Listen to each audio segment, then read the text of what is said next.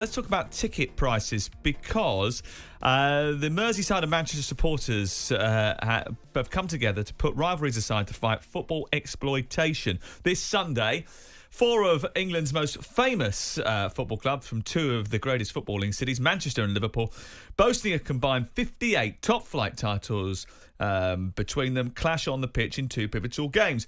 Manchester United-Everton is at Old Trafford. Liverpool and Manchester City clash at Anfield, as we've already mentioned. But a lot of the supporters are coming together with the FSA to join a campaign which is trying to highlight soaring ticket prices, the erosion of concessions and above inflation increases that are pricing out the very people who form the backbone of English football culture. Thomas Concannon is from the Football Supporters Association. He joins us live now. Hi, Thomas. Hi guys, how are you? Yeah, good. Thanks very much for coming on the programme. Appreciate it. Just explain how this is going to work, this protest, because Manchester United, Everton, Liverpool, City fans, they're all furious about what's going on in terms of the increase in ticket prices. Yeah, I think the fact that these clubs are putting rivalries aside and joining together against this issue shows how big of an issue this currently is. So we started the Stop Exploiting Loyalty campaign a couple of months ago now, and back in October we had two weekends where every single Premier League club got involved and stood outside their grounds with a Stop Exploiting Loyalty banner, and it just shows the need for fans to raise this issue with their clubs and with the Premier League, because prices are getting out of control, and sort of timing has been perfect almost from the Man United side of things, where they've announced that there'll be no more concessions for the rest of the season. £66 per ticket. Yeah, this is an odd situation, isn't it? Because Manchester United traditionally have been pretty good with their ticket prices. £66 now is going to be the standard ticket price. All new tickets for children and older fans at Old Trafford will increase to £66. That's gone up considerably from what it was before. Manchester United sort of explained it away, I think, to one of their supporters clubs by suggesting that it was to do with the fact that they need to sort of somehow limbo under PSR and UEFA financial constraints. But if you're in a situation, which many of the football clubs are, where they're all thinking about how to get younger fans to engage, how to get people to buy into the product, how to make sure that they're watching more than just 15 minutes of highlights or 5 minutes of highlights on the internet, the way to do that is to get them into the ground. Why on earth would you price them out? Well, this is exactly the point that we're making, and this is why we see it as it is completely exploiting the loyalty of the loyal fans, the local community that just won't be able to afford those prices. The thought of a 3-year-old having to pay £66 to go and watch the first game at Old Trafford, it's absolutely shocking. And equally on the other end of the spectrum with senior concessions, it's really disappointing to see. And we've seen Brentford have actually frozen their prices for next season, so that shows that there are some clubs who are at least listening to what fans are saying right now. I think the most disappointing aspect of this is that United seem to have taken this decision without any consultation with the fans. I think actually it continues what's been quite an unimpressive tenure from Sir Jim Ratcliffe so far. I was working out this morning. If I wanted to take my 3 kids now to watch United, it cost me £264 for 4 tickets to go and watch Anthony. I mean, honestly, it's an absolute disgrace what's happened there. You look at the decisions that Sir Jim Ratcliffe made in the summer. They forked out 11 million quid, I think, on compensation to get rid of Eric Ten Hag when they could have done that much earlier. And ultimately, it's the fans who are paying the price. Then you read a story about Anthony buying himself a 5-bedroom mansion as a birthday present for his partner. It really is losing touch with the fans, and this is Ratcliffe, who claims to have been a boyhood Manchester United fan, watching United as a youngster, and what he's doing is stopping the future generation watching the football club. But the question I want to ask you, Thomas, is this protest going to make a blind bit of difference? And when the independent regulator comes in, are they going to have any control over ticket prices to stop clubs raising prices seemingly on a whim in the case of United?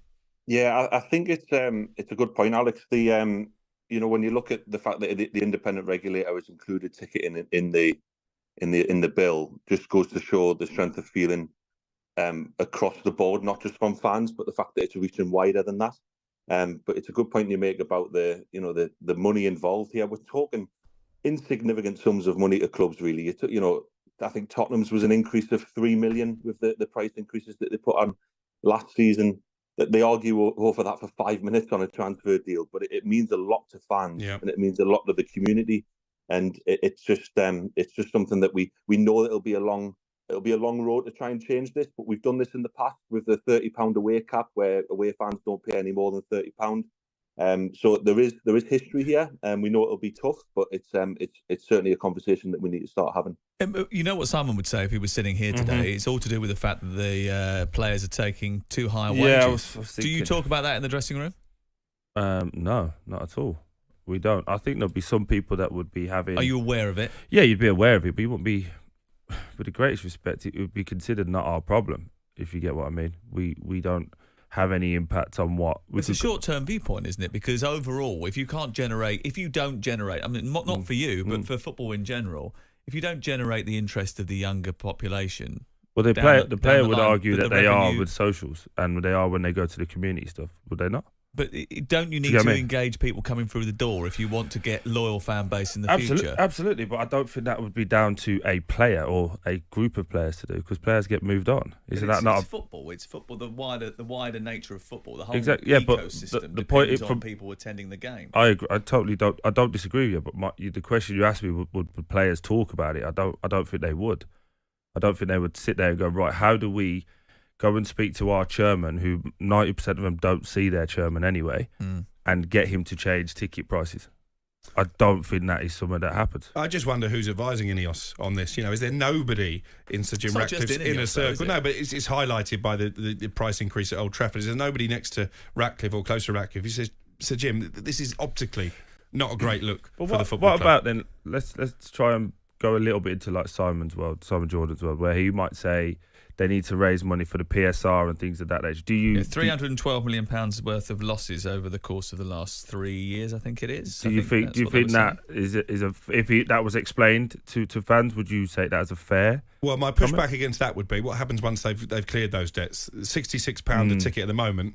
They're not going to reduce it, are they? They're not going to put it back to the old pricing. That doesn't happen. Yeah, no, I'm with you. I just think, look, I think it's like you. I've got 4 kids, so it gets more and more expensive to take kids to games and stuff. I do think you are pricing people. He's got 4 as well. He just miscounted before. Oh, did it? The younger one isn't allowed to support United yet, so I don't include her. So when you're at the point of trying to take kids to games, I think it is a lumpy.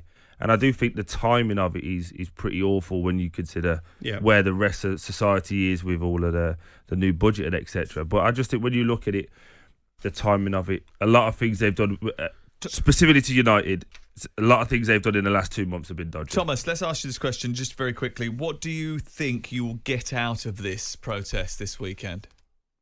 Just exposure at this stage and the ability to continue this conversation and highlight the issues. I think that's the important thing at this point. And certainly with regards to the Man United situation, there are rules in place in the Premier League with regards to concessions. The rules are just far too vague that allow clubs to do this. Right. We do think these rules need tightening up. Do you think that... Oh, sorry, I know we've got to go to a break, sorry. Do you think that you could, with this exposure, that you can have conversations with the Premier League to tighten that up? Do you think they'll reach out? We've already started those conversations. We've actually been in meetings with them over the last couple of days anyway, Good work. representing the FSA and supporter groups around the league. So it's an ongoing conversation. Thank you very much, Thomas. Thank you very much. We'll hope to see you soon. That's Thomas Concannon from the Football Supporters Association, who do brilliant work in representing fans for every club up and down the country. And do you know what? It is so important that kids get to go and watch football and engage with football at a young age, no matter what the level, no matter what the club, doesn't matter if it's whatever it is, but they've got to be allowed. And even if you only make a few hundred tickets available to ensure that kids go, you've got to do it. Old Trafford wasn't full last night. The day before the game, and I don't know what the situation was last night in terms of tickets, but I know that the day before the game, the official Manchester United website said that the game hadn't sold out. And that's the only way anything is going to change, by the way. You can do all the protests you like, but the only way that you're going to get clubs to back down is by voting with your feet. I would be reluctant to pay £264 to take my kids to Old Trafford now, out of principle. On AM, on DAB, via the talkSPORT app and on your smart speaker. talkSPORT.